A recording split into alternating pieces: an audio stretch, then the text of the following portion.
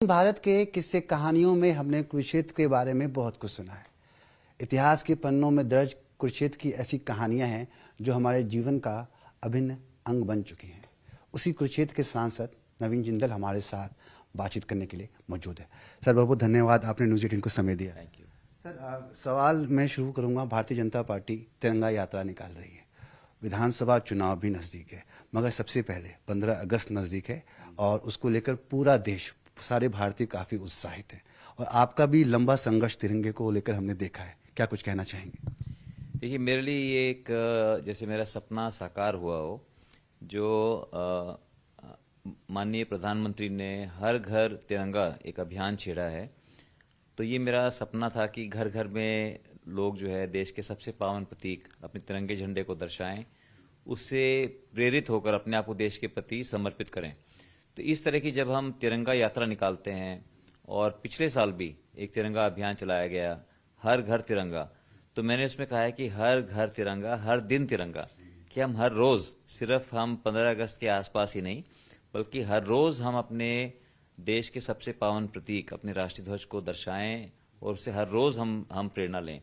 तो अभी हमने पूरे अपने कुरुक्षेत्र के अंदर और पूरे हरियाणा के अंदर जिले जिले में और पूरे देश में मैं समझता हूं कि तिरंगा यात्रा निकाली जा रही है, जो कि एक बहुत अच्छी बात है कि इसके अंदर बहुत से स्कूली छात्र भी इसके अंदर हिस्सा लेते हैं, बड़े बुजुर्ग भी, नौजवान भी, सब लोग आकर के इसके अंदर हिस्सा लेते हैं। और इसका हिस्सा लेने का एक ही मतलब है कि हम तिरंगे झंडे के नीचे हम सब एक हैं। सरोजनी नायडू जी ने कहा था कि इस झंडे के नीचे ना कोई राजा है, ना कोई रंक, ना कोई अमीर है, ना कोई गरीब, ना मजदूर है, ना मालिक। इस झंडे के नीचे हम सब एक हैं। यह हमारे महान राष्ट्र की आत्मा और हर एक भारतीय के दिल की धड़कन है। तो इसलिए जब हम तिरंगा लेकर निकलते हैं तो ये हम इससे बहुत हमें प्रेरणा मिलती है कि हम खुद एक अच्छे एक नागरिक बने, हम राष्ट्र के हितों को आगे रखकर काम करें। और अगर हर व्यक्ति अपनी अपनी भूमिका अच्छे से निभाएगा तो हम सब मिलकर अपने सपनों के विकसित भारत का निर्माण कर सकते हैं। ये कहना चाहेंगे कि ना ही 15 अगस्त के उपलक्ष्य में, जैसे आपने कहा कि हर दिन तिरंगा होना चाहिए और गर्व के साथ हर भारतीय तिरंगा लहराते हुए नजर आना चाहिए।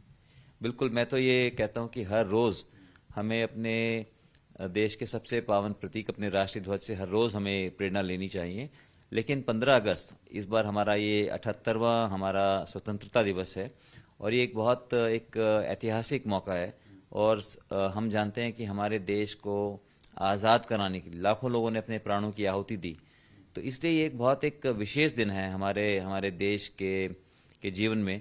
तो इसलिए हमें इस दिन और हमें सोचना चाहिए, हमें हमारे लाखों जो लोग, जो स्वतंत्रता सेनानी, जो देश के लिए बलिदान जिन्होंने दिया, उनको हमें याद करते हुए हमें अपने आप को देश की सेवा में हमें समर्पित करना चाहिए।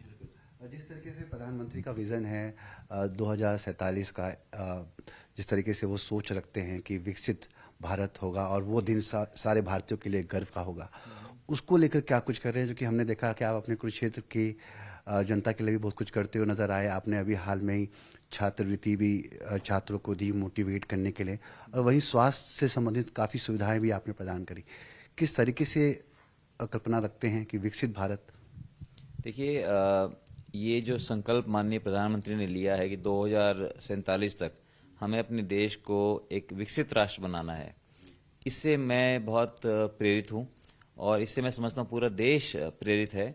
और इसमें हर नागरिक की अपनी अपनी भूमिका होगी। जब हम हर व्यक्ति राष्ट्रीय ध्वज से प्रेरणा लेकर अपना अपना योगदान देश को विकसित करने में करेगा, तभी जाकर के हमारा देश विकसित हो सकता है, जिसमें देश की पूरी जनता खुशहाल और संपन्न हो सकती है। तो मैं अपनी तरफ से कुरुक्षेत्र में जो हमारे लाखों लोग हैं उनके साथ मिलकर, हम सब मिलकर हम काम कर रहे हैं कि किस तरह से हरियाणा तो बहुत पहले होना चाहिए, 2047 तक तो पूरा देश एक विकसित राष्ट्र बनेगा, लेकिन हरियाणा पहले से ही अग्रणी राज्य है और हरियाणा के अंदर तो हम अगले 10-11 साल के अंदर हम विकसित हो सकते हैं। अभी भी हरियाणा में बहुत विकास हुआ है और मुझे पूरा विश्वास है कि जिस तरह से काम कर रहे हैं माननीय प्रधानमंत्री जी के नेतृत्व में, हम हरियाणा को अगले 10-11 सालों के अंदर ही हम इसको विकसित राज्य बना देंगे। जैसा कि मैंने अभी अपनी स्टार्टिंग में कहा कि प्राचीन भारत के किस्से कहानियों में कुरुक्षेत्र के बारे में हमने बहुत कुछ सुना है, और आज भी देख रहे हैं दुनिया भर से जो काफ़ी पर्यटक हैं कुरुक्षेत्र की ओर जा रहे हैं और काफ़ी इंटरेस्ट से ले रहे हैं, गीता पढ़ रहे हैं, गीता महोत्सव देश भर में धूम मचा रहा है। क्या कुछ करने वाले हैं आप आने वाले दिनों में कि ताकि कुरुक्षेत्र और अंतर्राष्ट्रीय स्तर पर पहचाना जाए? देखिए, कुरुक्षेत्र विश्व का धर्म क्षेत्र है और मेरा कर्म क्षेत्र है। और कुरुक्षेत्र के विकास के लिए हम हर कदम उठाएंगे। हरियाणा सरकार ने बहुत काम किया है कुरुक्षेत्र के विकास के लिए, और बहुत अभी काम चल रहे हैं। मैं समझता हूँ कि अगले 6 महीने के अंदर वो सारे काम कंप्लीट भी हो जाएंगे और कुरुक्षेत्र बहुत खूबसूरत शहर बनेगा। और बहुत, जैसे आपने कहा कि बहुत लोग जो है धार्मिक पर्यटन, आध्यात्मिक पर्यटन के लिए भी लोग बहुत वहाँ पर आते हैं, लाखों लोग आते हैं। और कुरुक्षेत्र गीता स्थली है जहाँ भगवान कृष्ण ने महाभारत के दौरान गीता का उपदेश दिया, और गीता का उपदेश से पूरे विश्व को लाभ मिला है। पूरे विश्व के अंदर जो है गीता से लोग प्रेरणा लेते हैं। तो उसका भी जो है हमने, जब हम गीता जयंती मनाते हैं हर साल, तो गीता जयंती भी बड़े रूप में मनाते हैं। हम चाहते हैं कि और लोग जो है गीता से प्रेरणा लेकर, भगवत गीता से प्रेरणा लेकर अपने जीवन को और अच्छा बनाएं। तो इसलिए ये सब मूवमेंट चालू है और इसको हम निरंतर इसको और बढ़ा रहे हैं। तो मैं अगले कुछ सवाल राजनीतिक पूछूंगा आपसे। एक पॉलिटिशियन के तौर पर आपने अपना को ढाल लिया है कि जिस तरीके से तमाम चीज़ों पर आरोप प्रत्यारोप लगते हैं, बयानबाजी होती है, ऐसे में नवीन जिंदल अपने आप को किस तरीके से देखते हैं? देखिए, जो भी विषय हो उसको जितना, जैसे मैं समझता हूँ, जैसे मैं जानता हूँ, उसके हिसाब से हम उसके ऊपर अपना हम काम करते हैं। और हम काम करने में हम विश्वास करते हैं। जब हम अगर अच्छा काम करेंगे तो भी राजनीति के अंदर उसको भी जो है गलत कहने वाले बहुत लोग आ जाते हैं। तो हमें अपने ऊपर विश्वास होना चाहिए, हमारी नीयत साफ होनी चाहिए। अगर हम ईमानदारी से काम करते रहें तो मैं समझता हूँ कि हमारे साथ ईश्वर का भी आशीर्वाद हमारे साथ होगा। और फिर जो है हम परवाह ना करें कि कोई, अगर हमारे को लोग कोई किसी तरह के लांछन लगाते हैं, किसी तरह कुछ गलत बोलते हैं, तो हमें जो है अपने काम के ऊपर लगे रहना चाहिए और लोगों की सेवा करते रहना चाहिए। यही मैं समझता हूँ कि हमारा धर्म है और इसी के ऊपर हमें लगे रहना चाहिए। ईश्वर का आशीर्वाद तो आपके पास है और वहीं कुरुक्षेत्र की जनता का भी आशीर्वाद है, तभी उन्होंने आपको विजयी बनाया। सुशील गुप्ता काफ़ी टक्कर दी उन्होंने आपको, मगर वो पराजित हुए। सवाल ये है कि जिस तरीके से कांग्रेस अभी हर जगह यात्रा निकाल रही है, हरियाणा मांगे हिसाब, और बार बार वो कह रही है कि इस बार हिसाब देना पड़ेगा, और 90 में से 70 सीटों का दावा कर रही है। आपके पास भी जिम्मेदारी दी होगी पार्टी में किस तरीके से काम करना है, ब्लॉक लेवल पे, बूथ लेवल पर जुड़ना होगा। तो देखिए, कोई भी दावा कुछ भी कर सकता है और हिसाब मांगने को हिसाब मांग सकते हैं, लेकिन मैं समझता हूँ कि हरियाणा की जनता बहुत समझदार है और हरियाणा की जनता जो है उनको हिसाब दे देगी। और जब नतीजे आएंगे तो मैं समझता हूँ कि वो बहुत ही स्पष्ट नतीजे आएंगे और तीसरी बार भी हरियाणा के अंदर भारतीय जनता पार्टी की सरकार बनेगी और नायब सैनी जी हमारे दूसरी बार मुख्यमंत्री बनेंगे। एक सवाल ये कि नवीन जी, जिस तरीके से हमारे खिलाड़ियों ने काफ़ी अच्छा ओलंपिक्स में भारत का परचम लहराया, कई ऐसे खेल रहे जहां हम बड़े ही कम मार्जिन से पराजित हुए। ना उम्मीद तो है कि शायद वहां पे हम जीत सकते थे, मगर ऐसे कई मनु भाकर हैं, विनेश फोगाट हैं, जो हरियाणा नहीं कई जगह पर हैं और उनका टैलेंट लुप्त है। उनको आगे लाने के लिए क्या कुछ कर रहे हैं? देखिए, आप बिल्कुल ठीक कह रहे हैं कि कई बार जीतने वाले में और हारने वाले में अंतर बहुत ही कम होता है। और ओलंपिक्स जो है ये श्रेष्ठतम ये खेल हैं पूरे विश्व के। और इसमें जो है हमारे खिलाड़ियों ने अच्छा प्रदर्शन किया जिसके ऊपर हमें बहुत गर्व है। और हरियाणा की जनसंख्या केवल 2% है, लेकिन फिर भी हमेशा आप देखेंगे कि 80% से अधिक मेडल हरियाणा में मिलते हैं, क्योंकि हरियाणा हमेशा खिलाड़ियों को बहुत सम्मान देता है। हरियाणा के खिलाड़ी बहुत प्रतिभाशाली हैं और हम चाहते हैं कि हमारा देश इतना बड़ा है, हमारे मेडल और अधिक आने चाहिए। उसके लिए सब लोग काम कर रहे हैं। इसके लिए सिर्फ कोई सरकार की जिम्मेदारी नहीं है, सरकार की, समाज की, परिवारों की, हम सबकी जिम्मेवारी बनती है कि हम अपने खिलाड़ियों को बचपन से उनको हम प्रोत्साहित करें।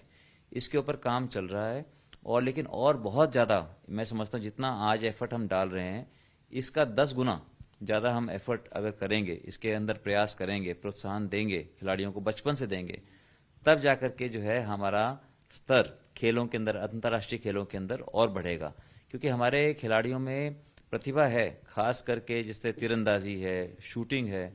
मैं खुद एक नेशनल लेवल का शूटर रहा हूँ, तो मैं जानता हूँ कि हमारे शूटर्स दुनिया के किसी भी शूटर से कम नहीं हैं। तो और मनु भाकर जो है, बहुत से, जैसे आपने कहा कि ऐसे हमारे देश में हजारों ऐसे शूटर्स हैं, उनको ठीक उनको अपॉर्चुनिटी मिले, उनको ठीक अवसर मिले, उनको ट्रेनिंग करने के अच्छे कोचेज हों, अच्छी जो हम स्टेडियम तो बनाते हैं, लेकिन स्टेडियम के अंदर कई बार कोचेज नहीं होते।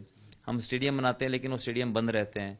तो इसलिए अब मैं प्रयास कर रहा हूँ कि जितने मेरी कॉन्स्टिट्यूंसी के अंदर जितने स्टेडियम हैं उनको पूरा एक्टिवेट करें, उनको साफ सुथरा अच्छा रखें, उनके अंदर सब तरह की स्पोर्ट्स एक्टिविटीज़ हों, अच्छे अच्छे कोचेज़ हों। तो इस तरह से अगर पूरे देशव्यापी अगर इस तरह से हम काम करेंगे, मुहिम छेड़ेंगे और जो प्रतिभाशाली खिलाड़ी हैं उनको पूरा प्रोत्साहन देंगे, तो ज़रूर हमारे देश का हमारा नाम रोशन करेंगे हमारे खिलाड़ी, और हम जो है हमारा प्रदर्शन आगे आने वाले खेलों के अंदर और कहीं ज़्यादा बेहतर हो सकता है। खिलाड़ियों को राजनीति से कितना दूर रहना चाहिए? जिस तरीके से कांग्रेस ने कहा कि अगर हरियाणा सरकार सिल्वर मेडल वाली सुविधा दे रही है विनेश फोगाट को, हम होते तो गोल्ड मेडल दे देते, हम होते तो राज्यसभा भेज देते।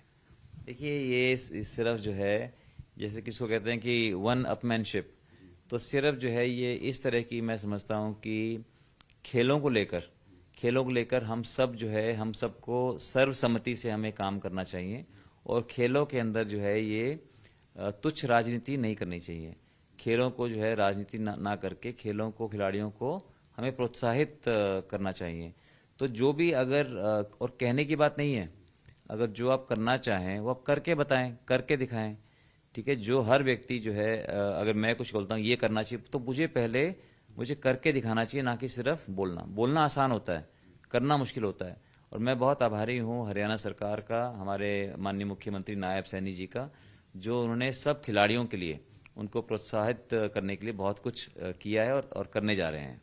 एक सवाल सर, जिस तरीके से अभी नेशनल मुद्दा बन चुका है और आज ही भारतीय जनता पार्टी ने कांग्रेस को जवाब भी दिया है कि आपने सुना होगा कि हिंडनबर्ग की जो रिपोर्ट आई है उसको लेकर कई सवाल खड़े किए जा रहे हैं।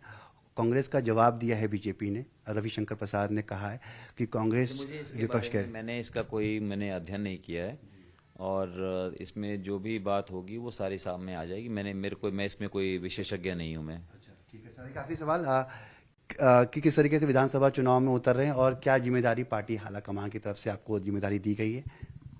तो देखिए, मुझे कोई किसी को जिम्मेदारी देने की आवश्यकता नहीं है, और मैं भारतीय जनता पार्टी का सांसद हूँ, और मैं चाहता हूँ कि हमारी तीसरी बार हमारी हरियाणा में सरकार बने।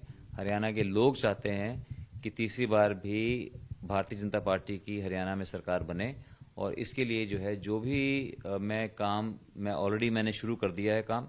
मैं काम कर रहा हूँ, जगह जगह जा रहा हूँ, गांव-गांव जा रहा हूँ, लोगों से मिल रहा हूँ, और सभी जगह लोगों में बहुत उत्साह है। लोग बहुत खुश हैं कि नायब सैनी जी हमारे मुख्यमंत्री हैं।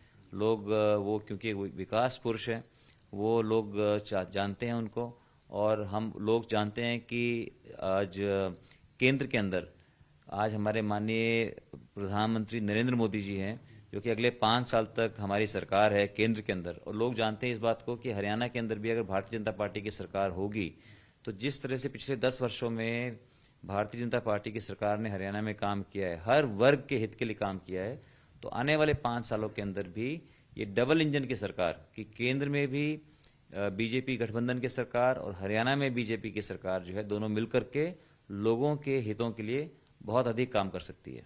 बातचीत करने के लिए तो आप सुन रहे थे नवीन जिंदल को। साफ तौर पर भारतीय जनता पार्टी आगामी समय में हरियाणा के लिए बहुत अच्छा काम कर सकती है।